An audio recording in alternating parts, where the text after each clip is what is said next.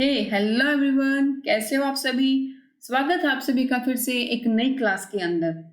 इसके अंदर हम कुछ इंपॉर्टेंट एमसीक्यू डिस्कस करेंगे फाइनेंस मैनेजमेंट से रिलेटेड। इससे पहले हम एक वीडियो और अपलोड कर चुके हैं फाइनेंस मैनेजमेंट से रिलेटेड, जिसके अंदर हमने मोस्ट इंपॉर्टेंट एमसीक्यू डिस्कस किए थे। आज की क्लास में भी हम जितने भी एमसीक्यू डिस्कस करेंगे वो मोस्ट इंपॉर्टेंट होंगे आपके एग्जाम के पॉइंट ऑफ व्यू से। इस वीडियो को बिल्कुल ध्यान से देखना और शुरू से लेकर बिल्कुल लास्ट तक देखना। और हाँ, कोई भी नया कॉन्सेप्ट सामने आता है तो उसको जरूर लिख लिया करो बच्चों, क्योंकि पता नहीं कि जो आपका एग्जाम आने वाला है उसके अंदर से कौन सा कॉन्सेप्ट कहाँ से आ जाए। ठीक है, सो लेट्स स्टार्ट। तो देखो आज की क्लास का हमारा फर्स्ट एमसीक्यू क्या है, which of the following would be consistent with an aggressive approach to financing working capital. तो इसने क्या पूछ रखा है, आपकी एग्रेसिव अप्रोच के बारे में पूछ रखा है, जो हमने कहाँ पढ़ी थी, अपनी वर्किंग कैपिटल के अंदर पढ़ी थी। ठीक है ना। तो यहाँ पे जो आपकी फाइनेंसिंग वर्किंग कैपिटल की एग्रेसिव अप्रोच है उसके बारे में जो भी स्टेटमेंट दे रखी है, ये पूछ रखा है कौन सी स्टेटमेंट उससे रिलेटेड है, कौन सी स्टेटमेंट उसका मीनिंग को डिफाइन करती है। तो देखो फर्स्ट स्टेटमेंट यहाँ पे क्या कह रही है, फाइनेंसिंग शॉर्ट टर्म नीड को क्या करना, फाइनेंस करना कहाँ से, शॉर्ट टर्म फंड को। क्या एग्रेसिव अप्रोच ये कहते हैं कि शॉर्ट टर्म नीड है तो शॉर्ट टर्म फाइनेंस से क्या करो, उसको मीटअप करो। ऐसा कहीं भी नहीं पढ़ा हमने। ठीक है ना। तो ये स्टेटमेंट क्या है, यहाँ पे गलत स्टेटमेंट है। Financing permanent inventory built up with the long term debts. तो जो आपकी परमानेंट इन्वेंट्री है उसको क्या करना, लॉन्ग टर्म डेट से क्या करना, बिल्डअप करना। ये भी नहीं पढ़ा। हम एग्रेसिव अप्रोच की बात कर रहे हैं, यहाँ पे नाम से ही क्लियर क्या, एग्रेसिव अप्रोच। तो एग्रेसिव अप्रोच में हम लोगों ने क्या पढ़ा है कि जो भी आपका, जहां आप जो भी फाइनेंस करना चाहते हो सारा कहाँ से करो, मोस्टली पार्ट अपना शॉर्ट टर्म फंड से क्या करो, फाइनेंस करो। आपका लॉन्ग टर्म का पार्ट भी हो, आपका शॉर्ट टर्म का भी पार्ट हो, वो भी आप कहाँ से रिक्वायर करोगे, अपने सारे फंड, अपने सारा फंड कहाँ से मीटअप करोगे, सारे का सारा शॉर्ट टर्म फंड से करोगे। ठीक है ना। ये हमने पढ़ा था फाइनेंसिंग वर्किंग कैपिटल में एग्रेसिव अप्रोच के अंदर। तो यहाँ पर लास्ट स्टेटमेंट देखो, फाइनेंसिंग सम लॉन्ग टर्म नीड्स, जो आपकी लॉन्ग टर्म नीड्स को कहाँ से पूरा करना, विद शॉर्ट टर्म फंड से पूरा करना। तो यहाँ पर ये स्टेटमेंट क्या है, बिल्कुल राइट स्टेटमेंट है। ठीक है।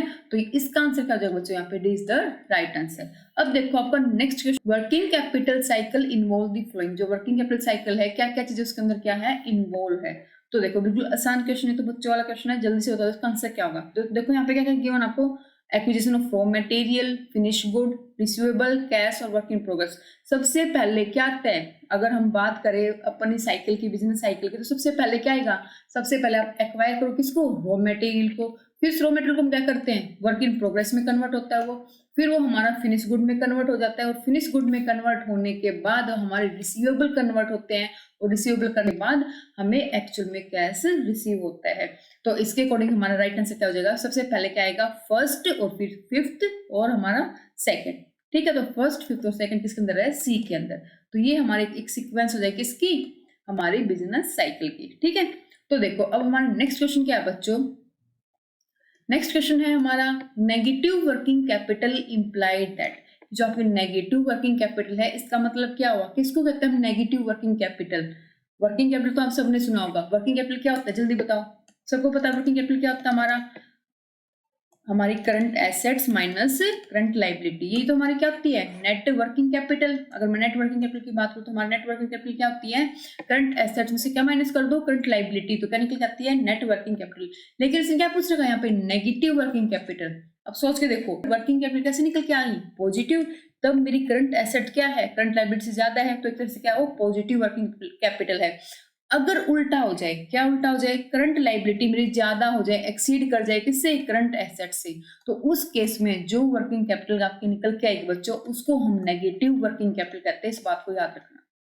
ठीक है, याद रहेगी ना ये बात। तो यहाँ पर इसका आंसर क्या हो जाएगा, जल्दी से देखो, long term fund have been used for fixed assets की, जो लॉन्ग टर्म फंड है वो क्या हो रहे हैं, यूज किए जा रहे हैं किसके लिए, फॉर फिक्स एसेट्स के लिए।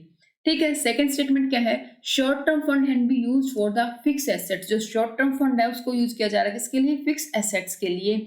Long term fund have been use for current asset, long term fund है वो किसके लिए यूज किया जा रहा है, यहाँ पे करंट एसेट के लिए। फिर short term fund have been use for the current asset.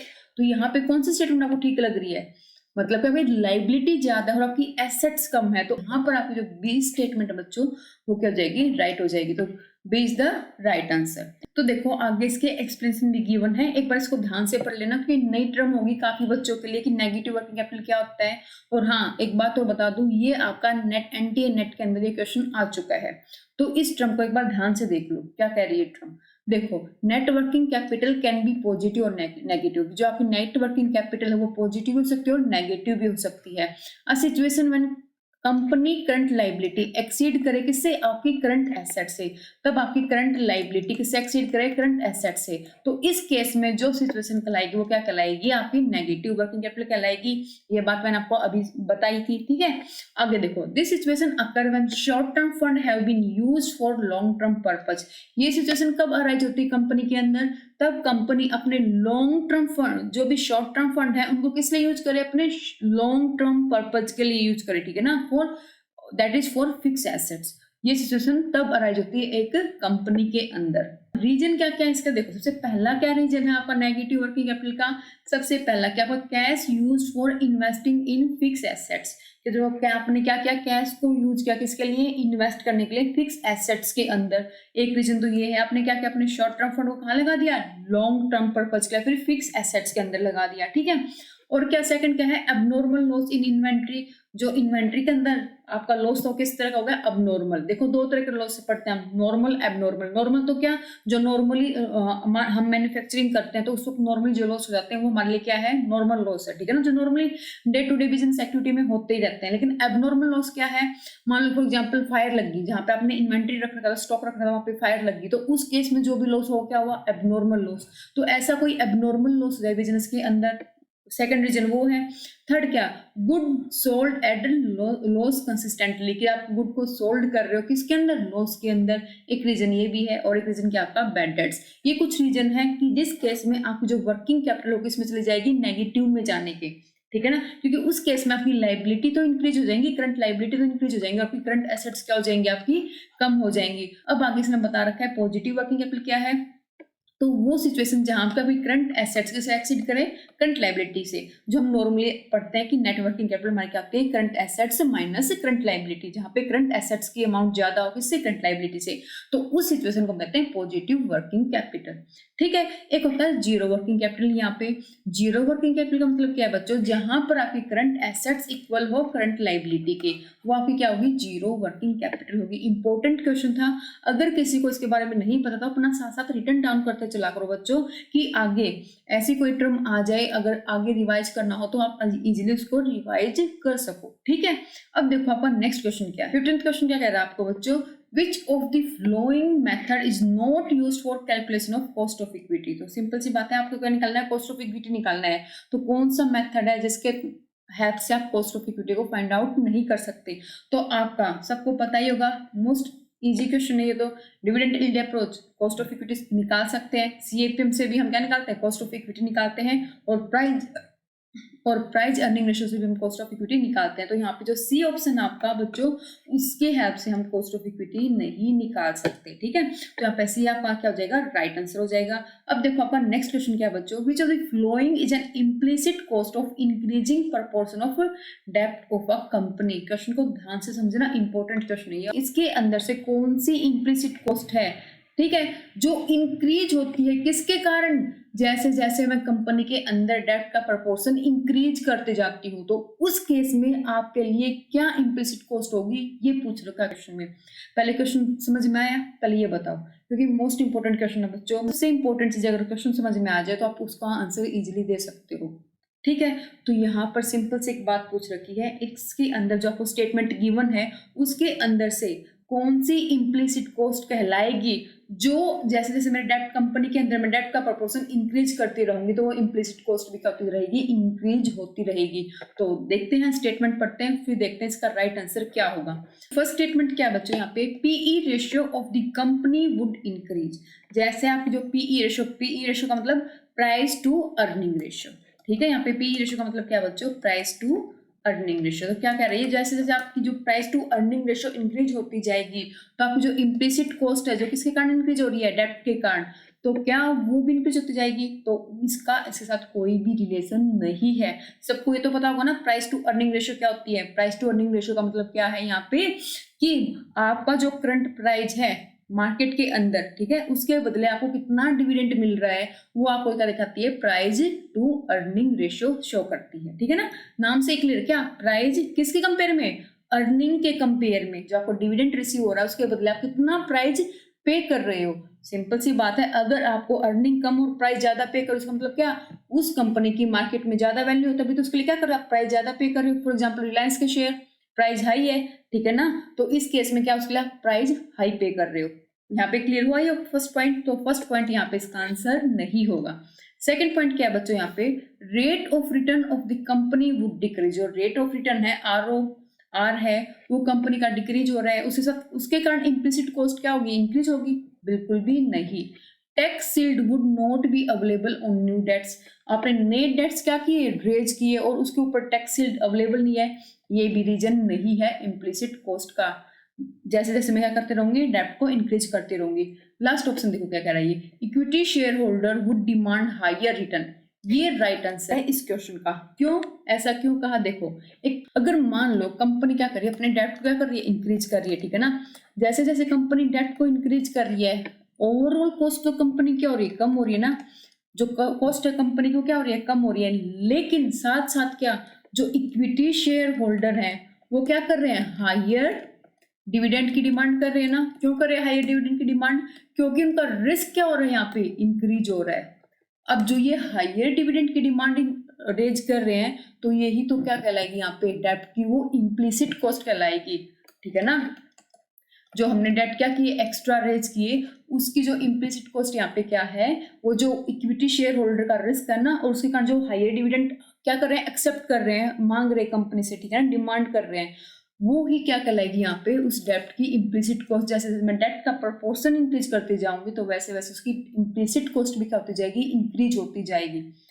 बात क्लियर हुई यहाँ पे। अब ये देखो, डेप्ट को तो मैंने एक्स्ट्रा कॉस्ट पे नहीं की ना, लेकिन फिर भी कंपनी की कॉस्ट क्या हुई? इंक्रीज हुई। बात समझ में आई? तो ये ही डेप्ट के लिए इम्प्लिसिट कॉस्ट कहलाएगी यहाँ पे, क्योंकि इम्प्लिसिट कॉस्ट का मतलब ही क्या है? जो मैंने एक्चुअल में पे नहीं की। तो यहाँ पे मैंने इसकी एक्सप्लेनेशन लिख रखी है, आपको और अच्छे से क्लियर हो जाएगा ये क्वेश्चन। देखो एक्सप्रेशन में क्या गिवन है, implicit cost is opportunity cost और हिडन कॉस्ट। तो सबको ही पता है, टेक्निकल वे में हम इम्प्लिसिट कॉस्ट को अपॉर्चुनिटी कॉस्ट भी कह देते हैं, कि जो आपकी सेकंड बेस्ट अल्टरनेटिव कॉस्ट है वो ही आपकी क्या कहती है? Opportunity cost. तो इम्प्लिसिट कॉस्ट और अपॉर्चुनिटी कॉस्ट बात सेम ही है, या फिर आप कह लो क्या, हिडन कॉस्ट, जो हिडन है, जो आप एक्चुअल में पे नहीं करते। देखो, when the company increase the proportion of debt, जब कंपनी क्या करती है? अपने जो डेट का proportion क्या करती है? इंक्रीज करती है। the higher return are calculated by dividing the earning of the company after deducting the tax by the equity of the total number of shareholder in the company। इसलिए यहाँ पे क्या कहा? जो हायर रिटर्न है वो कैलकुलेट किए जाएंगे, ठीक है ना। कैसे? डिवाइड द अर्निंग, जो भी कंपनी की अर्निंग बची है आफ्टर टैक्स को डिडक्ट करने के बाद किसको दे जाएगा? वो बाय द इक्विटी, कितने number of equity share holder हैं कंपनी के पास, उसको, ठीक है। तो वहां से जो रिटर्न ऑफ ओवरऑल से कहने का मतलब यहाँ पे क्या है कि आपका जो लास्ट में क्या निकल के आएगा? रिटर्न ऑन इक्विटी निकल के आएगा। इस केस में क्या होगा? ज्यादा पे किया जाएगा। क्यों?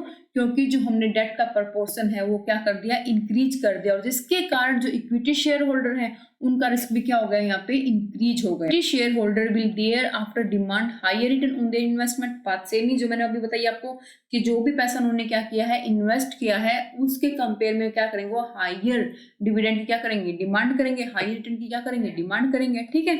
तो यहाँ पे रिटर्न ऑन इक्विटी तो आपको पता ही कैसे निकलता है, कि नेट इनकम मेरी कितनी आई divided by share holder equity, मतलब कि इक्विटी शेयर होल्डर मेरे पास कितने थे। तो यहाँ पर लास्ट में आपका फाइनल रिजल्ट क्या निकल के आया है? Equity share holder would demand a higher return is an implicit cost of, वो क्या है आपके लिए? इम्प्लिसिट कॉस्ट है किसकी? इंक्रीजिंग द प्रपोर्शन ऑफ डेप्ट ऑफ अ कंपनी। जो कंपनी ने अपना डेप्ट का प्रपोर्शन इंक्रीज किया है, ये उसकी इम्प्लिसिट कॉस्ट है, जो हमें क्या पे करना पड़ा? हायर डिविडेंड पे करना पड़ा। अपने किसको? अपने शेयर होल्डर को। तो ये बात क्लियर हुई यहाँ पे, ठीक है। देखो आपका नेक्स्ट क्वेश्चन क्या है बच्चों, कलेक्शन फ्लोट इज द। तो क्वेश्चन पूछ रखा है कि कलेक्शन फ्लोट क्या होता है।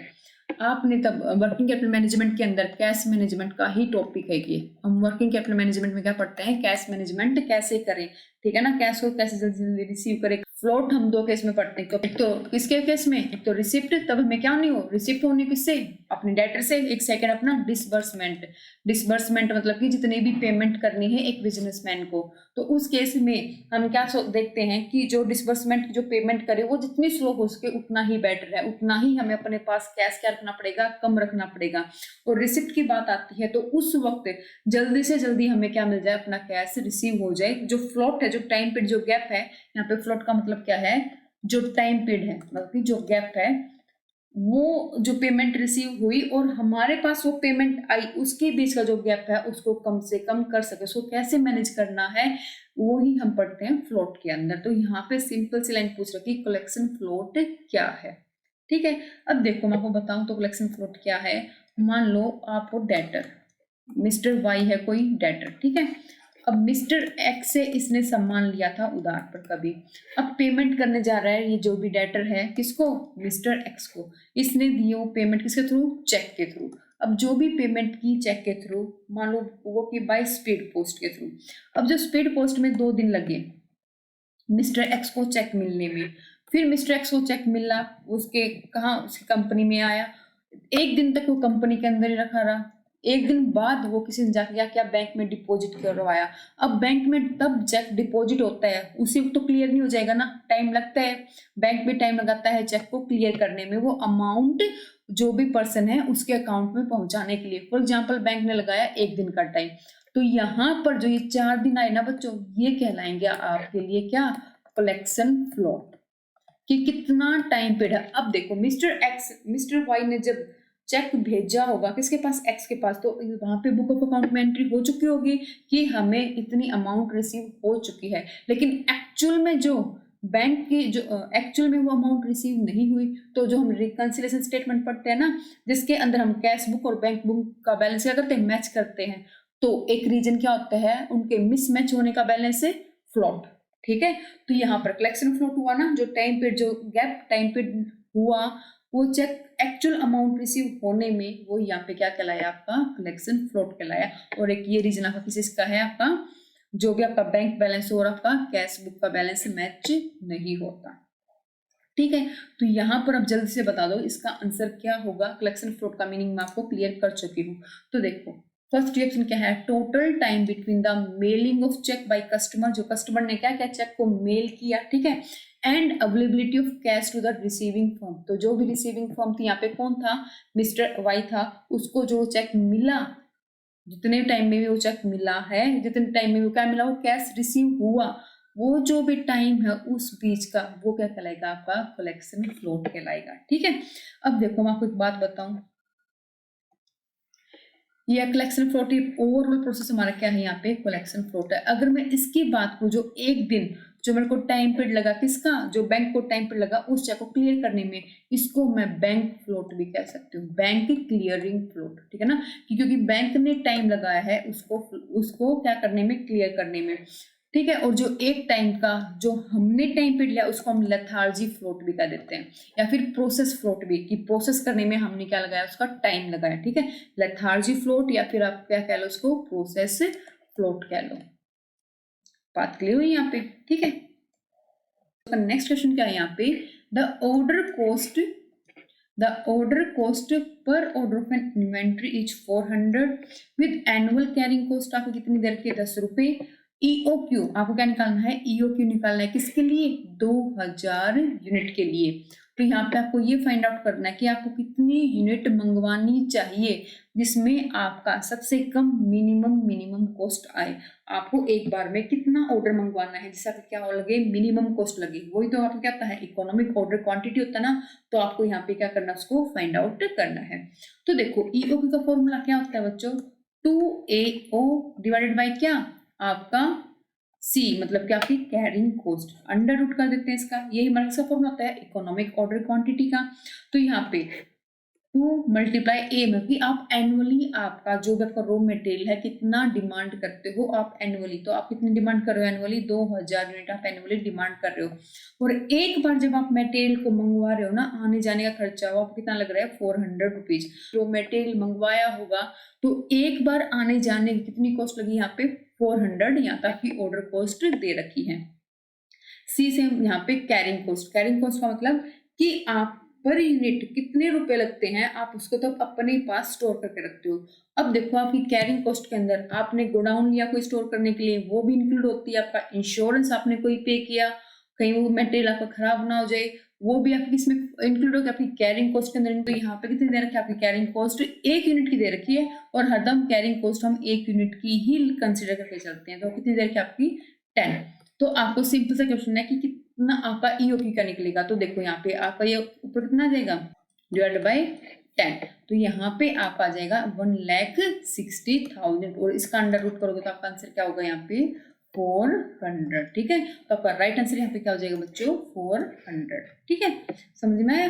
तो आप 400 यूनिट मंगवाओगे तब आपकी सबसे मिनिमम कॉस्ट कब आएगी आपकी, तब आप 400 यूनिट एक बार में मंगवाते हो।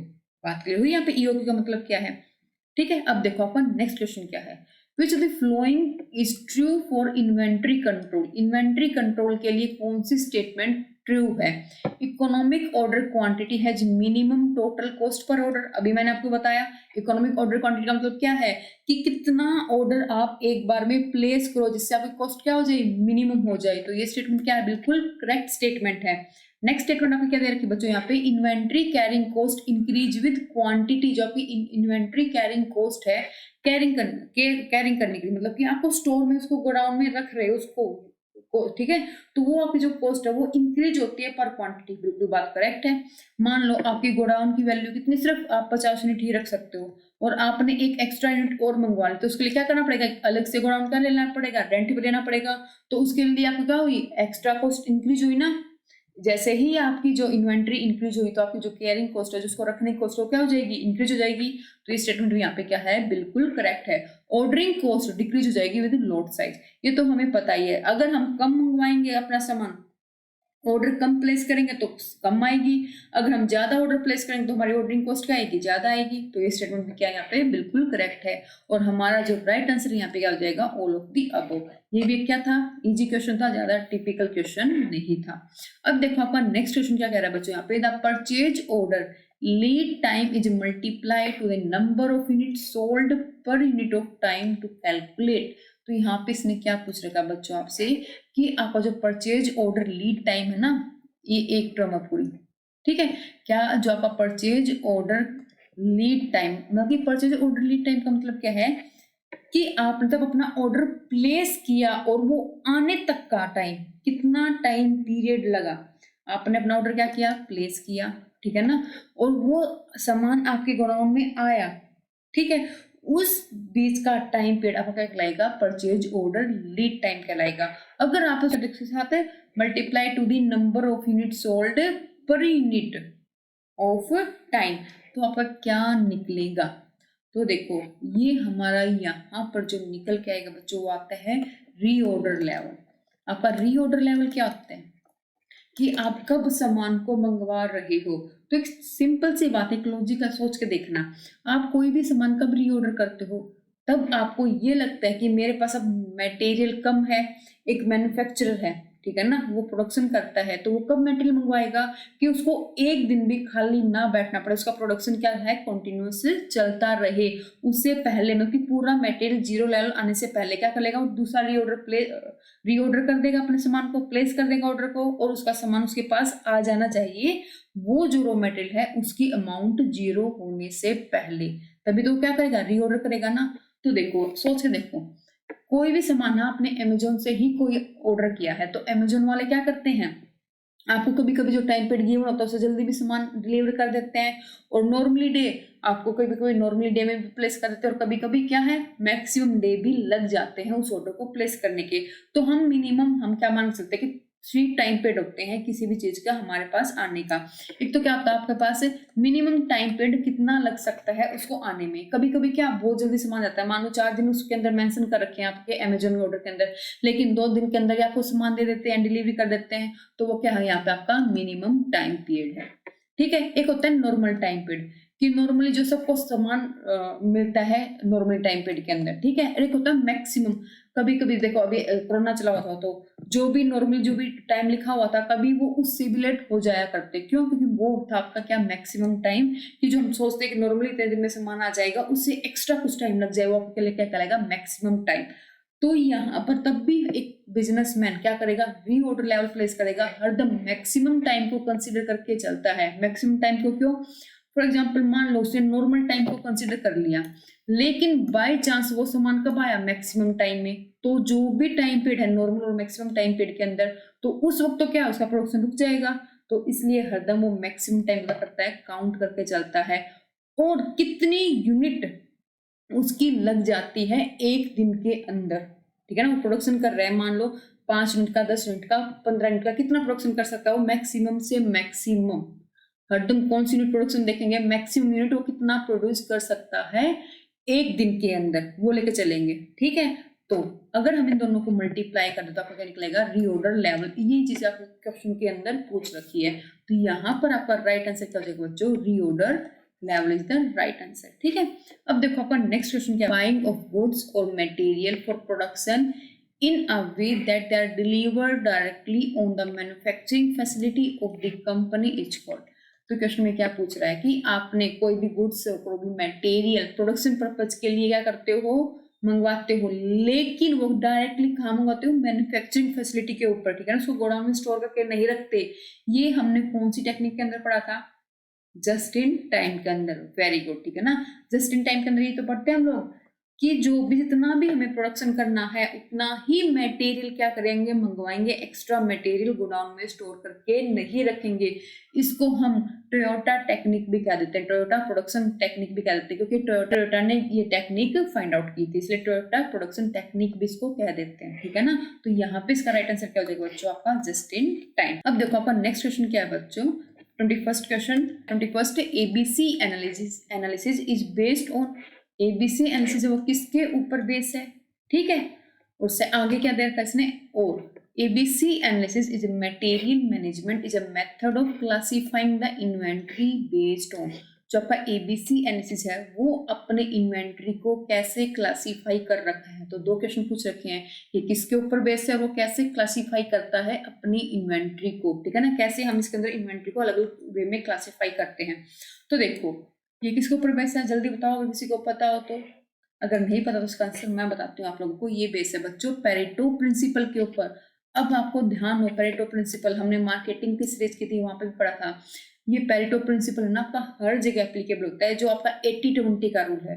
याद रखना इसको, किससे, आपका 80-20 रूल से। ठीक है ना, 80-20 रूल क्या, 80% रिसोर्स को यूज करके हम 20% इनकम को जनरेट कर सकते हैं, हमने मार्केटिंग में पढ़ा था। ठीक है ना, अभी यहाँ पर हमने क्या है कि जो आपका पेरेटो प्रिंसिपल है वो क्या कहता है, जो भी ABC टेक्निक है वो पेरेटो प्रिंसिपल को यूज करती है, क्योंकि आपका जो मोस्टली 20% जो भी आपका मटेरियल है उसके ऊपर ही आप 80% कॉस्ट क्या कर देते हो, स्पेंड कर देते हो। ठीक है, ये ABC एनालिसिस प्रिंसिपल कहता है आपको, इसलिए हम कहते हैं कि पेरेटो प्रिंसिपल को ऊपर बेस है, और पेरेटो प्रिंसिपल भी तो 80-20 का ही रूल है। ओके, आगे क्या, ये कैसे डिफाइन करता है अपने इन्वेंटरी को कैसे डिफाइन करता है ये, तो the value of annual usage of the items की जो भी हम हमारी इन्वेंट्री है हम उसको किस तरह से यूज करें, उसकी कितनी वैल्यू है।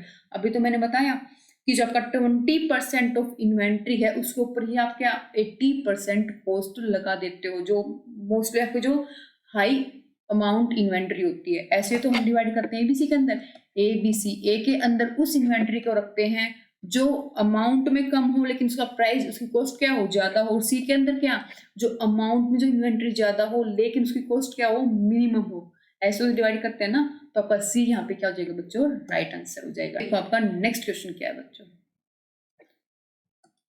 The difference between actual sale and break even point is known. तो आपका जो डिफरेंस है किसके बीच में, आपने जो भी एक्चुअल सेल की ठीक है। और आपका जो क्या था ब्रेक इवन पॉइंट था, याद आया ये हमने कहाँ किया था, ये क्या कहलाता आपका, ये हमने करा था तब हम मार्जिनल कॉस्टिंग कर रहे थे। तो ये आपका क्या है, margin of safety. Margin of safety क्या होता है, आपका एक सेफ लेवल। सेफ लेवल का मतलब क्या, क्या आपने ब्रेक इवन पॉइंट तो अचीव कर लिया, उसके बाद जितनी भी आप सेल करोगे ना, उतना ही आप सेफ्टी की ओर क्या जा रहे हो, आगे जा रहे हो, उतना ही आपको क्या है, बेनिफिट है। ठीक है, तो यहाँ क्या कहलाएगा, यहाँ पे मार्जिन ऑफ सेफ्टी कहलाएगा। तो ए आपका क्या हो जाएगा, यहाँ पे राइट आंसर हो जाएगा। ठीक है, ए इज द राइट आंसर। अब देखो बच्चों, का नेक्स्ट क्वेश्चन क्या है, मिलर और मॉडल इज स्टेबल इन दो सर्कमस्टांस व्हेन द। जो आपका मिलर और मॉडल है किससे रिलेटेड, आपका ये आपका कैश मैनेजमेंट से, जिसमें हमने पढ़ा था कैश मैनेजमेंट मॉडल। ठीक है ना, उसके अंदर हमने दो मॉडल पढ़े थे, तो बोमल का और किसका, मिलर और मॉडल का। बोमल मॉडल को हम ईओक्यू मॉडल भी कह देते हैं। ठीक है ना, EOQ model of cash management भी कह देते हैं कहीं कई बार बोमल के मॉडल को, क्योंकि उसने भी सेम बात की थी जो हमने ईओक्यू के अंदर देखा है कि जो भी आपका जितनी बार भी आप क्या करोगे, सिक्योरिटी को सेल करोगे कैश में कन्वर्ट करवाने के लिए, जितनी भी ट्रांजेक्शन करोगे, हर ट्रांजेक्शन जितनी ज्यादा ट्रांजेक्शन करोगे उतनी कॉस्ट क्या आएगी, ज्यादा आएगी। ठीक है ना, उसके होल्ड करने के लिए आपकी कौन सी आपकी अपॉर्चुनिटी कॉस्ट, वो भी क्या आएगी, ज्यादा आएगी। अगर आप ज्यादा पैसा होल्ड करके रखोगे तो आपके होल्डिंग कॉस्ट भी क्या आएगी, कैश की ज्यादा आएगी। सेम बात हमने किसमें डिस्कस की थी, अपनी ईओक्यू मॉडल में डिस्कस की थी। इसलिए बोमल मॉडल को हम ईओक्यू मॉडल भी कह देते हैं। लेकिन इसके अंदर क्या पूछ रखा आपसे, मिलर और मॉडल के बारे में। अब ये बात बताओ मेरे को सबसे पहले, इस क्वेश्चन को देखने से पहले, मिलर और मॉडल मतलब बोमल मॉडल के बाद मिलर और मॉडल क्यों आया, क्यों इसने ये अपना मॉडल दिया, क्योंकि जो जो बोमल मॉडल है वो क्या कहता है कि जो आपका कैश है ना, वो हरदम सेम लेवल कैश रखा रहेगा। ठीक है ना, हर बार अगर आपका कैश जीरो हो जाएगा तो आप सिक्योरिटी को सेल कर दोगे, फिर से कैश आ जाएगा। लेकिन थ्रू आउट द ईयर जो आप कैश यूज कर रहे हो, स्टडी अमाउंट रहेगी उस कैश की, जो डिमांड ऑफ कैश रहेगा स्टडी रहेगा, ये बोमल मॉडल कहता है। लेकिन मिलर और मॉडल क्या कहता है कि जो कैश की जो डिमांड है वो हरदम स्टडी नहीं रहती। सोच के देखो, क्या हर बार जो एक बिजनेसमैन है, क्या हर दम उसके बिजनेस के अंदर सेम अमाउंट ऑफ कैश की रिक्वायरमेंट रहती है, बिल्कुल भी नहीं। इसलिए जो मिलर और मॉडल है वो क्या है, एक एक्सपेंशन है किसकी, बोमल मॉडल की। तो यहाँ पर कहाँ स्टेबल है आपका मिलर और मॉडल, जहां पर आपका जो कैश डिमांड है वो स्टेडी नहीं रहे। मैंने अभी आपको बताया, तो आपका बी ऑप्शन क्या हो जाएगा, यहाँ पे राइट ऑप्शन हो जाएगा। ठीक है, तो देखो यहाँ पे कुछ लिख रखा है नीचे, इसके बारे में एक्सप्लेनेशन है, क्या दे रखा है, developed for business with uncertain cash inflow and outflow. ये क्यों था, जहां पर बिजनेस के अंदर क्या हो, अनसर्टेन हो, कि हमें ये ना पता हो कि कैश इनफ्लो कितना लगेगा और आउटफ्लो कितना होगा। Throughout the year, throughout the time period क्या होता रहे, चेंज होता रहे। ठीक है, this approach allow lower and upper outflow. ये अप्रोच क्या अलो करती है, एक लोअर आउटफ्लो का, एक अपर आउटफ्लो का। This approach allow lower and upper limit of cash balance to be set and determine the return point. ठीक है, एक रिटर्न पॉइंट होगा और लोअर और अपर क्या होगा, आपका कैश बैलेंस होगा। देखो इसको मैं आपको क्लियर करती हूँ ये कैसे है। आपका मिलर और मॉडल क्या कहता है, मिलर और मॉडल कहता है कि आपका एक होगा क्या, आपका रिटर्न पॉइंट। ठीक है, ये आपका क्या है, रिटर्न पॉइंट है। एक आप सेट करोगे अपना मैक्सिमम अमाउंट कितनी होनी चाहिए, जिसको हम कहेंगे अपर लेवल।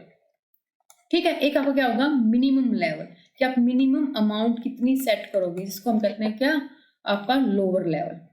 आपका क्या है, आपका मिलर एंड और मॉडल है। ठीक है, इसने क्या कहा, या कैश आपका क्या है, फ्लक्चुएट होता रहेगा टाइम टू टाइम, कोई कुछ नहीं पता कितना हो जाए।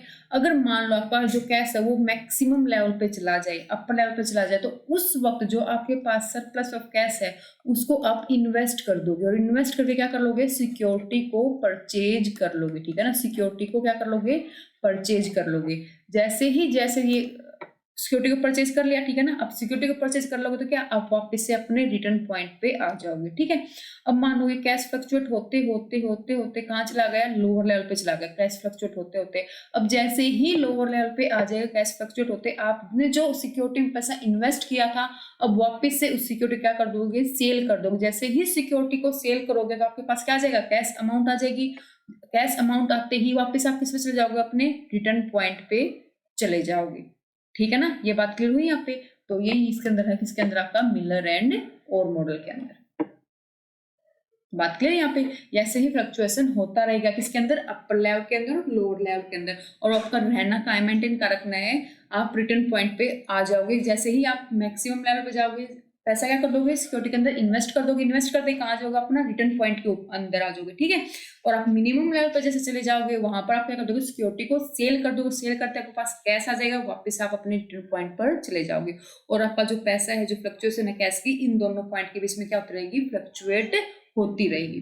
बात क्लियर, ये आपका क्या है, मिलर एंड ओर मॉडल है।